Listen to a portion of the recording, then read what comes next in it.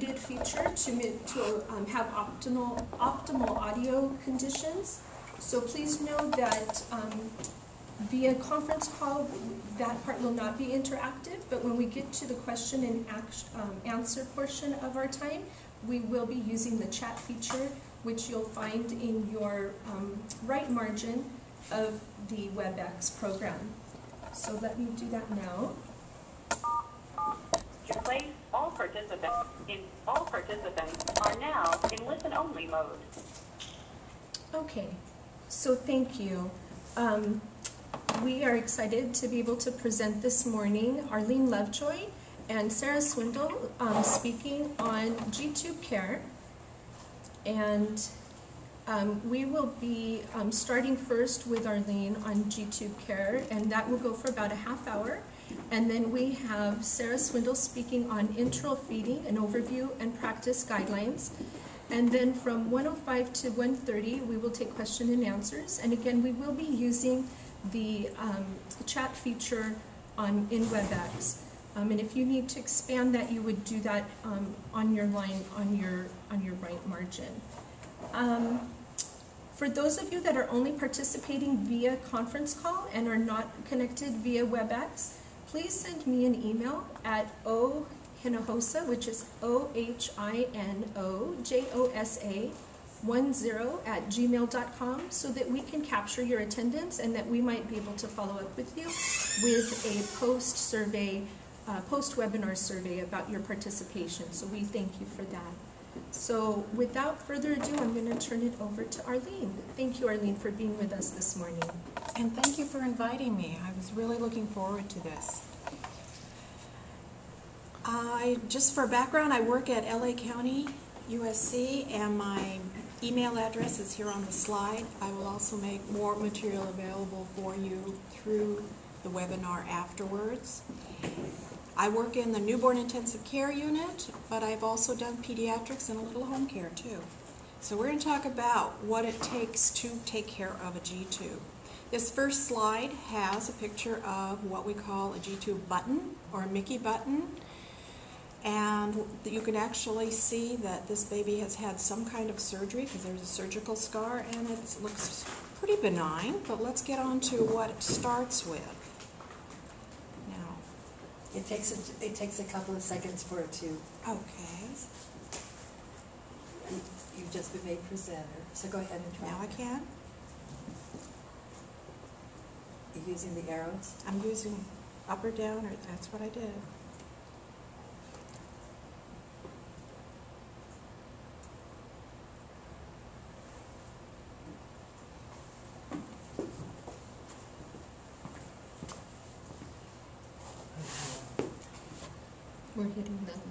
We're using Arlene, do you want to talk a little bit about your bio while they're getting that up? Sure. I have worked for 30 years with newborn intensive care. I have helped a lot of families get used to the idea of a G-tube. It takes a long time to get used to the idea of a G-tube. And in my own personal situation, my father had to have a G-tube, and I was the one who actually advocated for it. The facility that he was in was, shall we say, dragging their feet a little bit, and I had to be the patient advocate, which is what you have to do. And once you've seen it work and get over the image that changes of your baby in your mind, it really is a facility that you will want and will share your experience with others. Okay, common parts of all kinds of G-tubes, and this is kind of a line drawing of a percutaneous endoscopic gastrostomy tube. Okay, it's a peg. And you will see that there'll be some kind of anchor, which is usually a balloon or a mushroom tip, inside the stomach cavity. And then the rest of the tube will extend out through the muscle and tissue with some kind of external bumper or taping that will secure it there to the outside of the stomach wall, the outside of your abdomen, and then some kind of extension going out with an adapter to whatever feeding pump you have or whether you're doing a gravity feeding.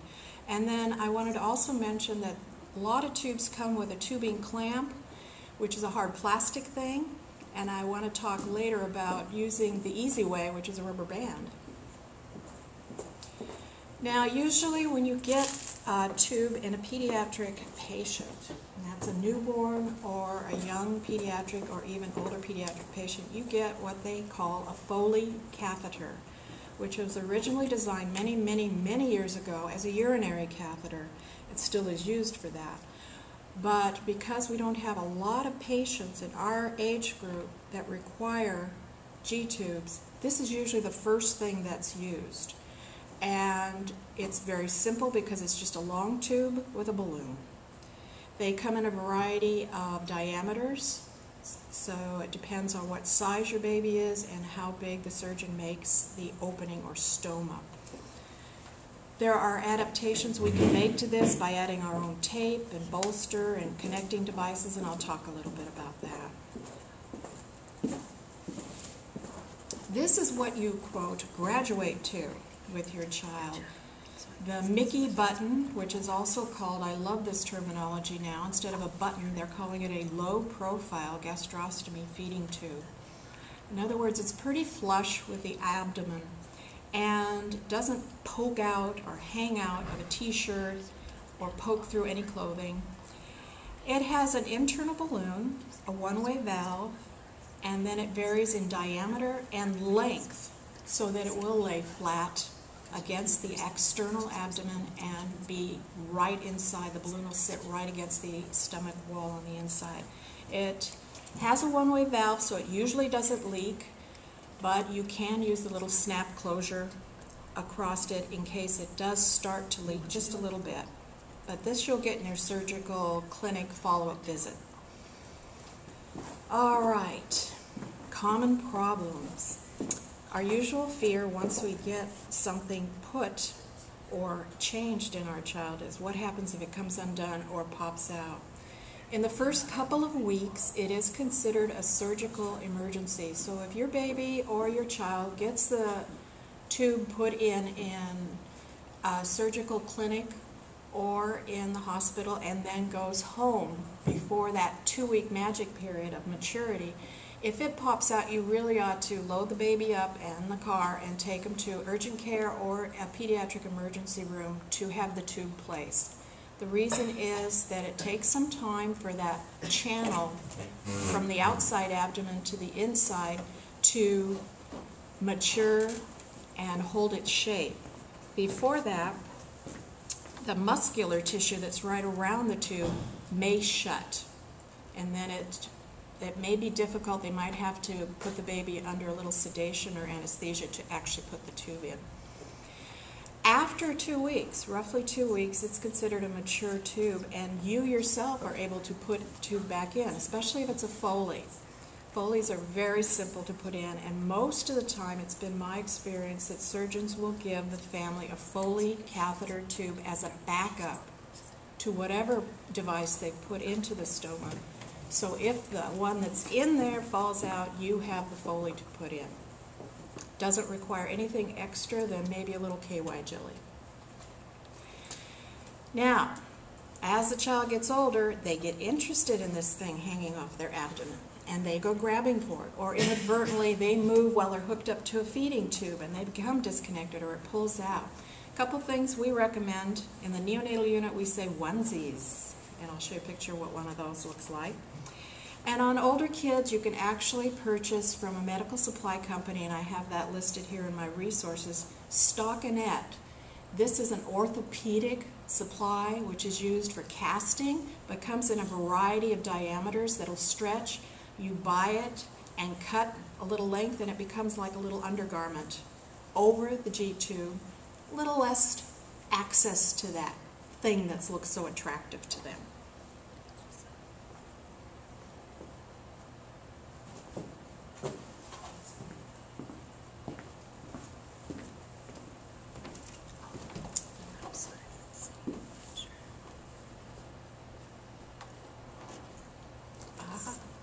And here's what stockinette looks like. You can buy this from the Comfort Company. There's the website listed right there. Probably some medical supply stores carry it, but most of us are homebound with our